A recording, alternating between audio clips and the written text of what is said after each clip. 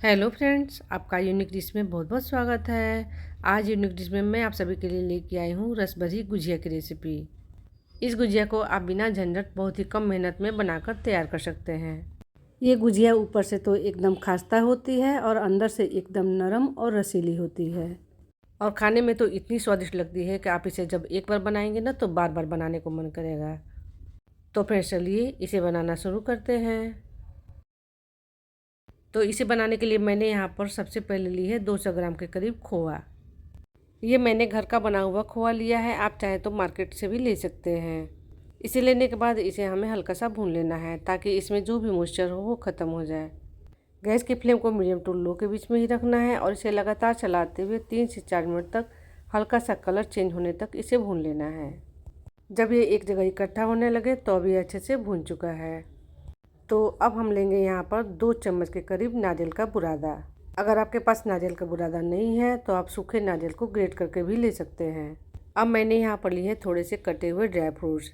Dry fruits आप अपने अनुसार कोई सा भी ले सकते हैं और इसकी मात्रा भी आप अपने अनुसार कम या ज़्यादा रख सकते हैं। अब इस कटे हुए ड्राई फ्रूट्स और नारियल के बुरादा को भी खोआ के साथ साथ 1 से 1.5 मिनट तक अच्छे से भून लेना है ताकि ड्राई फ्रूट्स का जो कच्चापन हो वो ख़त्म हो जाए।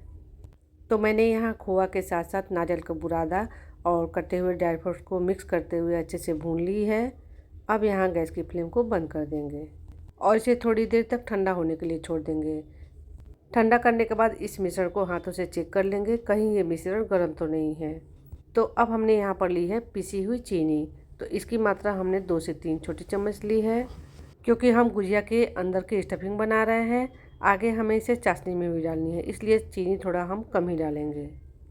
अब इसमें फ्लेवर के लिए डालेंगे 3 से 4 कुटी हुई छोटी इलायची। इसे अच्छे से मिक्स कर लेंगे।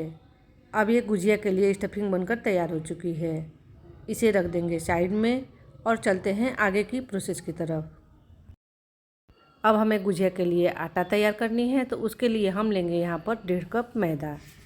वेट में ये 250 ग्राम के करीब है। आप चाहें तो इसे गेहूं के आटे से भी बना सकते हैं, लेकिन मैदा से बनाएंगे तो गुजिया हमारी एकदम परफेक्ट बनकर तैयार होगी। अब हमें इसे क्रिस्पी बनाने के लिए इसमें डालने हैं मोयन। तो उसके लिए हमने लिए है यहाँ पर 60 ग्राम के करीब देसी घी। हमने यहाँ मैदा 250 ग्राम के करीब ली थी, तो उसके चौथाई कप यानी कि 60 ग्राम के करीब देसी घी ली हूँ। आप यहाँ घी की जगह पर रिफाइंड ऑयल भी ले सकते हैं, लेकिन घी का मोयन डालने से गुजिया हमारी बहुत ही स्वादिष्ट बनती है। अब इसे हाथों से मसलते हुए अच्छे से मिला लेना है। मिलाने के बाद अगर इस तरह से मुट्ठी बंध रही है तो अब ये एकदम परफेक्ट मोयन है। और अगर इस तरह से मुट्ठी नहीं बन रही है तो 1 छोटे चम्मच घी और ऐड कर लीजिएगा। अब हम लेंगे यहाँ पर 1 कप गुनगुना गर्म किया हुआ पानी। हमने यहाँ घी का मोयन डाला है तो इसलिए हल्का गुनगुना गर्म की हुई पानी ली हूँ। और अगर आपने मोयन के लिए रिफाइंड ऑयल ली है तो रूम टेम्परेचर का पानी ले सकते हैं। अब हम इसमें थोड़ा थोड़ा पानी डालकर और इसका एक सख्त आटा लगा करके तैयार करेंगे। उसके लिए हमें पानी एक साथ ज़्यादा नहीं डालना है, पानी थोड़ा थोड़ा करके ही हमें इसमें डालना है। तो फ्रेंड्स, अगर आपको इसी तरह से नई नई रेसिपी की वीडियो चाहिए तो मेरे चैनल को लाइक कीजिए, सब्सक्राइब कीजिए और रेसिपी कैसी लगी प्लीज़ कमेंट में ज़रूर बताइएगा। पानी डालने के बाद अभी आटा थोड़ा सा सूखा सूखा सा दिखाई दे रहा है, तो 1 से 2 चम्मच पानी इस तरह से छिड़क करके ऊपर से डालेंगे और इसे मिलाकर एक टाइट सा आटा लगा करके तैयार कर लेंगे। आटा लगाने के बाद अभी आप देख सकते हैं कि इसके ऊपर कितना सारा क्रिस्प दिखाई दे रहा है। तो बस इसी तरह का आटा लगा करके हमें तैयार करनी है। अब ये आटा लगकर तैयार हो चुका है। अब लेंगे यहाँ पर इस तरह की प्लास्टिक वाली पन्नी। अब इस पन्नी में आटा को रख लेंगे, इससे आटा हमारे सूखेंगे नहीं। और इसे ढककर 15 से 20 मिनट तक साइड में रख देंगे ताकि आटा अच्छे से सेट हो जाए। जब तक आटा सेट हो रहा है तब तक हम इसके लिए चाशनी तैयार कर लेंगे। उसके लिए हमने ली है यहाँ पर 1.5 कप चीनी। वेट में ये 350 ग्राम के करीब है। अब इसमें डालेंगे 250 ग्राम के करीब पानी और इसकी चाशनी तैयार करेंगे। अब इसमें जैसे ही उबाल आने लगे तो हम डालेंगे इसमें थोड़े से केसर के धागे। केसर के धागे डालना पूरी तरह से ऑप्शनल है, अगर आप चाहें तो इसे स्किप भी कर सकते हैं। इसी के साथ इसमें डाल देंगे थोड़ी सी कुटी हुई छोटी इलायची। अब इसे 4 से 5 मिनट तक बीच बीच में चलाते हुए इसकी चाशनी तैयार कर लेंगे। तो अब इसे पकते हुए 4 से 5 मिनट का समय हो चुका है। अब इसे चेक कर लेते हैं। गुजिया के लिए हमें चाशनी में कोई भी तार बनने की ज़रूरत नहीं है। जब ये उंगली के बीच में इस तरह से चिपचिपी से लगे तो अब ये चाशनी बनकर तैयार हो चुकी है। गैस की फ्लेम को बंद कर देंगे। अब यहाँ आटा को ढक कर रखे हुए भी 15 से 20 मिनट हो चुका है। आटा अच्छे से सेट हो चुका है। इसे पन्नी से बाहर निकाल लेंगे और थोड़ा सा मसल कर इसे चिकना कर लेंगे। पन्नी में आटा रखने से ये थोड़ा सा नरम हो जाता है और अच्छे से मिल जाता है। तो हमने यहाँ आटा को मसल कर चिकना कर लिया है। अब इसकी छोटी छोटी लोइयाँ तैयार करेंगे। उसके लिए हम पूड़ी के साइज़ की लोई तोड़ेंगे और इसे दोनों हाथों से चिकना करते हुए इस तरह से छोटे छोटे पेड़े तैयार कर लेंगे। पेड़े तैयार करने के बाद भी इसे रखेंगे पन्नी में। पन्नी में रखने से पेड़े हमारे सूखेंगे नहीं। तो मैंने यहाँ सारे पेड़े बनाकर तैयार कर लिए हैं और उसे पन्नी में रख ली हूँ। अब इसमें से एक पेड़े को निकाल लेंगे और बाकी पेड़े को साइड में रख देंगे। अब हमें इसकी पूड़ी बेल लेनी है। उसके लिए हमें इसके किनारे की तरफ हल्का सा पतला रखना है और बीच में हल्का सा मोटा करके इसे बेल लेना है। क्योंकि हम यहाँ रस भरी गुजिया बना रहे हैं तो उसकी परत थोड़ी सी मोटी रहती है। तो मैंने यहाँ पूड़ी बेल ली है। अब इसकी मोटाई आप देख सकते हैं कि मैंने कितनी रखी है। अब हमें लेनी है यहाँ पर पानी और इसके चारों तरफ से किनारे पर लगा लेनी है। इससे गुजिया फ्राई होते वक्त बिल्कुल भी नहीं खुलेगी। पानी लगाने के बाद इस पूड़ी को हाथ पर उठाकर रख लेंगे और इसमें रखेंगे अब स्टफिंग। तो स्टफिंग हमें इसमें ज़्यादा नहीं डालना है, सिर्फ 1 से 1.5 चम्मच तक ही स्टफिंग इसमें डालना है। अगर यहाँ स्टफिंग ज़्यादा भर देंगे तो गुजिया हमारी फ्राई होते वक्त फट सकती है। तो इस बात का ध्यान रखकर ही इसमें स्टफिंग भरें। अब इसके दोनों किनारे को उंगली की हेल्प से दबाते हुए अच्छे से चिपका लें। कहीं से भी ये खुली नहीं होनी चाहिए। तो फ्रेंड्स, अब आप देख सकते हैं कि मैंने इसके दोनों किनारे को कितने अच्छे से चिपका लिया है। अब हमें इसके ऊपर डिज़ाइन बनानी है। तो डिज़ाइन बनाने के लिए उंगली की हेल्प से इसे हल्का सा दबाएंगे और इस तरीके से मोड़ लेंगे। अगर आप डिज़ाइन पहली बार बना रहे हैं तो ये थोड़ी ख़राब हो सकती है और जब दूसरी बार बनाएंगे तो डिज़ाइन बढ़िया बनेगी।